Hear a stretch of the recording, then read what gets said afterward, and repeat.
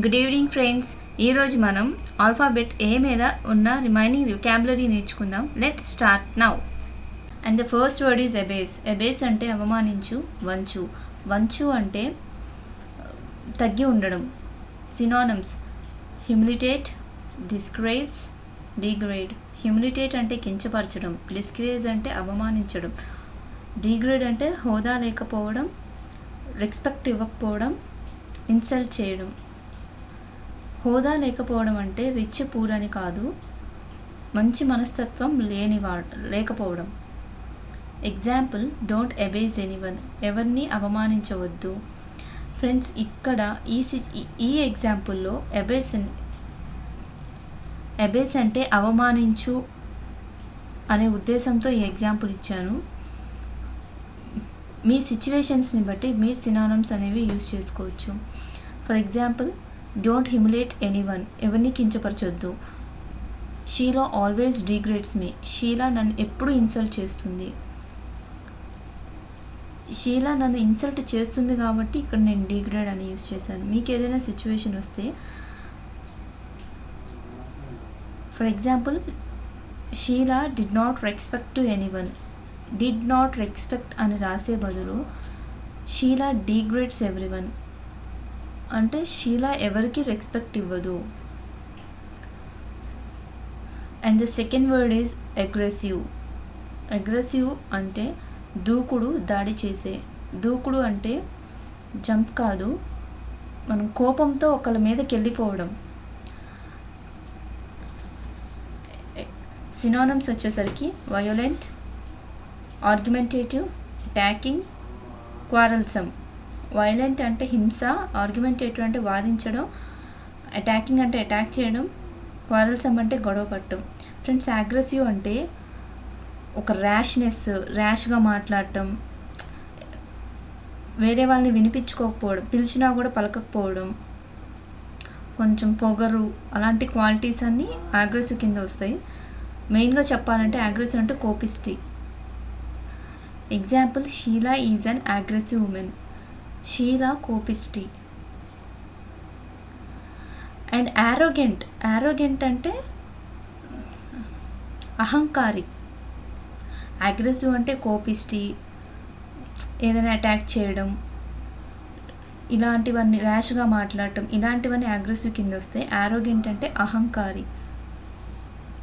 And the third word is abundant. Abundant అంటే సమృద్ధిగా, విస్తారమైన. సమృద్ధిగా అంటే ఒక పర్సన్ తన ఇష్టపూర్వకంగా ఏ కండిషన్స్ లేకుండా ఒక మంచి మనసుతో హెల్ప్ చేస్తూ ఉంటారు కదా, ఆ పర్సన్స్ని సమృద్ధి అయిన వ్యక్తి అంటారు. సినానిమ్స్ వచ్చేసరికి plentiful, ample, huge, infinity. Plentiful అంటే అపారమైన,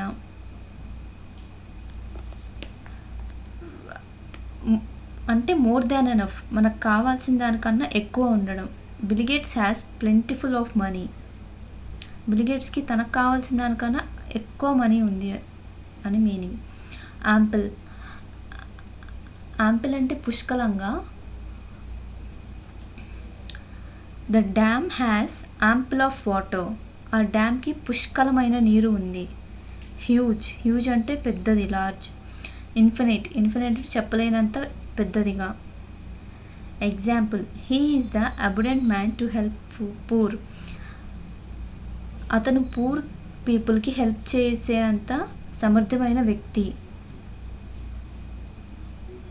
and the fourth one is acute. Acute అంటే తీవ్రమైన. సినానిమ్స్ వచ్చేసరికి severe, critical, drastic, awful. Severe అంటే ఎక్కువగా అండ్ ఆల్సో తీవ్రమైన. క్రిటికల్ అన్నా కూడా తీవ్రమైన. డ్రాస్టిక్ అంటే ఒక్కసారిగా జరగడం. ఫర్ ఎగ్జాంపుల్, మనకి కరోనా వల్ల, లాక్డౌన్ అవడం వల్ల మన డైలీ లైఫ్ అనేది ఒక్కసారిగా చేంజ్ అయింది. అంటే స్కూల్స్ ఆర్ కాలేజెస్కి వెళ్ళే వాళ్ళు ఇంట్లో ఉండడం, అలా మన లైఫ్ టైం ఒక్కసారిగా చేంజ్ అయిపోవడం. సడన్ చేంజ్ డ్రాస్టిక్ అంటే. ఆవుఫుల్ అంటే భయంకరమైన. He is in acute situation. అతను చాలా తీవ్రమైన పరిస్థితుల్లో ఉన్నారు.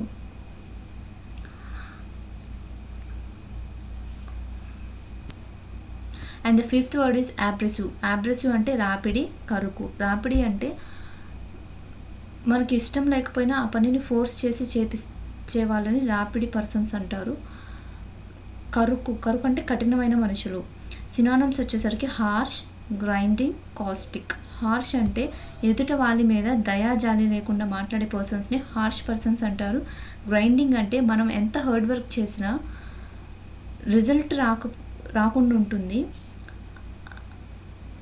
ఆ సిచ్యువేషన్ని కఠినమైన సిచ్యువేషన్ అంటాం కదా తెలుగులో. ఇది చాలా కఠినమైన పరిస్థితి. ఆ పరిస్థితి ఎప్పుడు వస్తుందంటే మనం ఎంత హార్డ్ వర్క్ చేసినా రిజల్ట్ రానప్పుడు కఠినమైన పరిస్థితి అంటారు. దాన్ని గ్రైండింగ్ అంటారు ఇంగ్లీష్లో. కాస్టిక్ అంటే బాధాకరమైన విమర్శ చేయడం. ఎవరైనా మనల్ని బాధ పెట్టేలాగా విమర్శిస్తే ఆ పర్సన్స్ని కాస్టిక్ పర్సన్స్ అంటారు. అండ్ అలాగే కాస్టిక్ అనేది పీపుల్ అండ్ రిలేషన్షిప్స్ మధ్యలో బాధాకరమైన విమర్శ. అది ఒక మెటీరియల్కి సంబంధించింది. అయితే కాస్టిక్ అంటే ఇప్పుడు మనం ఏదైనా ఒక ఐరన్ రాడ్ని కరిగించాలంటే కాస్టిక్ అనేది ఒక యాసిడ్ సొల్యూషన్ లాంటిది. సో మెటీరియల్స్కి సంబంధించింది అయితే అది ఐరన్ని కరిగించడం, స్టీల్ని కరిగించడం వాటికి యూజ్ అవుతుంది కాస్టిక్ అనేది. Example, she lost her friends because of her aggressive and abrasive manner. ఆమె తన దయాజాలి లేని గుణం వల్ల అండ్ కోపిష్టి అవ్వడం వల్ల ఆమె ఫ్రెండ్స్ని పోగొట్టుకుంది. And the sixth one is adept. Adept అంటే ప్రవీణుడు, సమర్థుడు, నిపుణులు. సినానిమ్స్ వచ్చేసరికి ఎక్స్పర్ట్ అంటే సమర్థుడు. ప్రొఫిషియంట్ అంటే నైపుణ్యాన్ని కలిగిన వాడు. క్యాపబుల్ అంటే కూడా సమర్థుడు. స్కిల్ఫుల్ అంటే సమర్థుడు.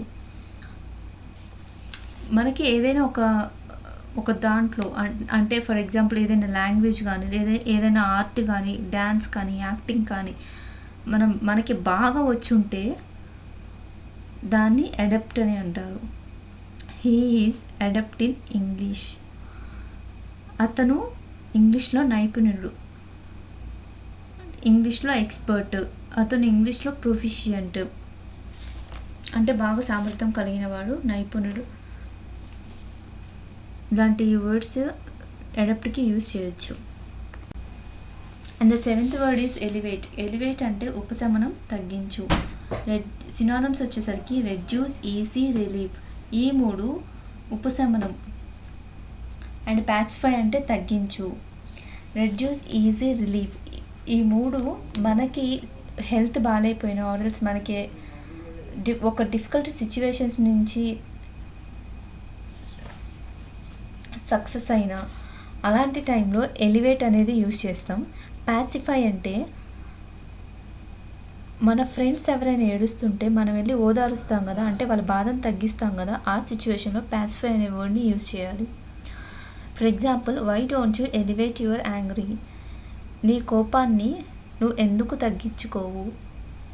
ఫ్రెండ్స్, ఇక్కడ మెయిన్గా కోపం కానీ బాధ కానీ వీటి నుంచి ఎలివేట్ అంటే తగ్గించు అనేదే మనం గుర్తుపెట్టుకోవాలి.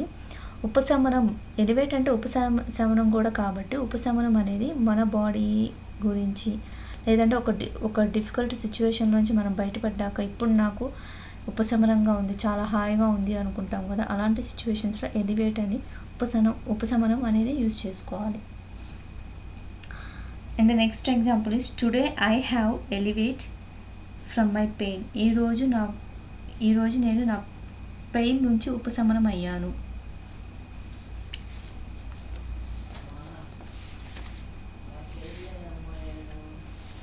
And the next word is adhere. Adhere అంటే కట్టుబడి, అంటుకొను. కట్టుబడి అంటే కట్టుబడి ఉండడం ఒక మాటకి ఆర్ఎల్స్ ఏదైనా పనికి. అంటుకొని ఉండడం అంటే దగ్గరే పక్కనే ఉంటాం, అంటి పెట్టుకొని ఉండడం అంటారు కదా అది. సినానిమ్స్ వచ్చేసరికి attach, bond, stick, క్లింగ్.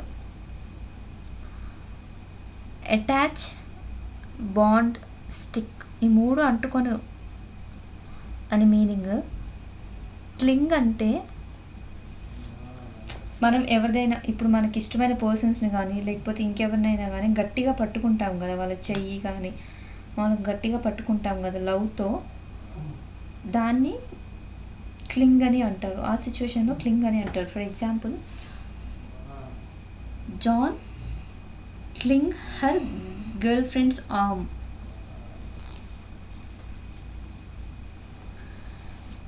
And another example is I don't adhere any superstition. నేను ఏ మూఢనమ్మకాలకి కట్టుబడి ఉండను. సూపర్స్టిషియస్ అంటే మూఢనమ్మకాలు. 9th one is adore. Adore అంటే ఆరాధించు, పూజ చెయ్యి.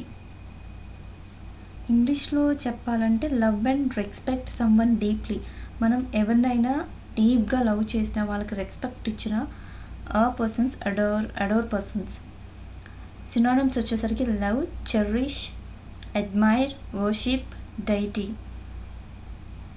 లవ్ అంటే ప్రేమించడం, చెరిష్ అంటే కేరింగ్ అండ్ లవ్లీ.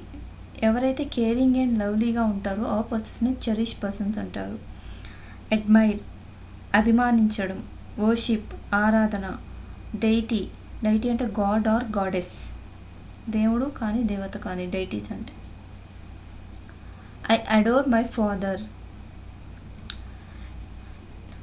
నేను మా ఫాదర్ని ఆరాధిస్తున్నాను, ఆర్ మై ఫాదర్ని అభిమానిస్తున్నాను, ప్రేమిస్తున్నాను, ఏదైనా చెప్పుకోవచ్చు. చెరిష్ అనేది ఎలా యూజ్ చేయాలంటే, Sheela thinks that she want to marry a cherish man. అంటే షీలా ఆమెని లవ్ అండ్ కేర్గా చూసుకునే వాళ్ళని పెళ్లి చేసుకోవాలనుకుంటుంది. And the last word is agile. Agile అంటే చురుకైన, హుషారైన, క్విక్ అండ్ ఈజీ. సినానిమ్స్ వచ్చేసరికి పెనిట్రేటింగ్, నింబుల్, ఇంటెలిజెంట్. పెనిట్రేటింగ్ అంటే చచ్చుకుపోయే మనస్తత్వం కలవాళ్ళు. నింబుల్ అంటే ఫాస్ట్. ఇంటెలిజెంట్ అంటే చురుకైన వ్యక్తులు. He is an agile person. అతను చాలా చురుకైన వ్యక్తి. అండ్ అలాగే అగైల్ అనేది ఎక్కడ యూజ్ చేస్తామంటే, ఒక పర్సన్ బాగా ఫాస్ట్గా అండ్ చాలా క్విక్గా అలర్ట్గా ఉంటే ఆ పర్సన్స్ని అగైల్ పర్సన్ అంటాం. అది ఎగ్జాంపుల్ యానిమల్ వచ్చేసరికి మంకీ చాలా ఫాస్ట్గా ఉంటుంది, చాలా చురుకుగా ఉంటుంది. ఫ్రెండ్స్, ఇక్కడితో ఆల్ఫాబెట్ ఏ మీద 15 వొకాబులరీ వర్డ్స్ అయ్యాయి. అండ్ నెక్స్ట్ ఆల్ఫాబెట్ బి మీద స్టార్ట్ చేద్దాం. ఇప్పుడు దాకా నేను చెప్పిన వాటిలో ఏమైనా డౌట్స్ ఉంటే కమెంట్ చేయండి, నేను మళ్ళీ ఎక్స్ప్లెయిన్ చేస్తాను. Thanks for your interest and please support me. Please like and share, subscribe my channel. Thank you. Good night.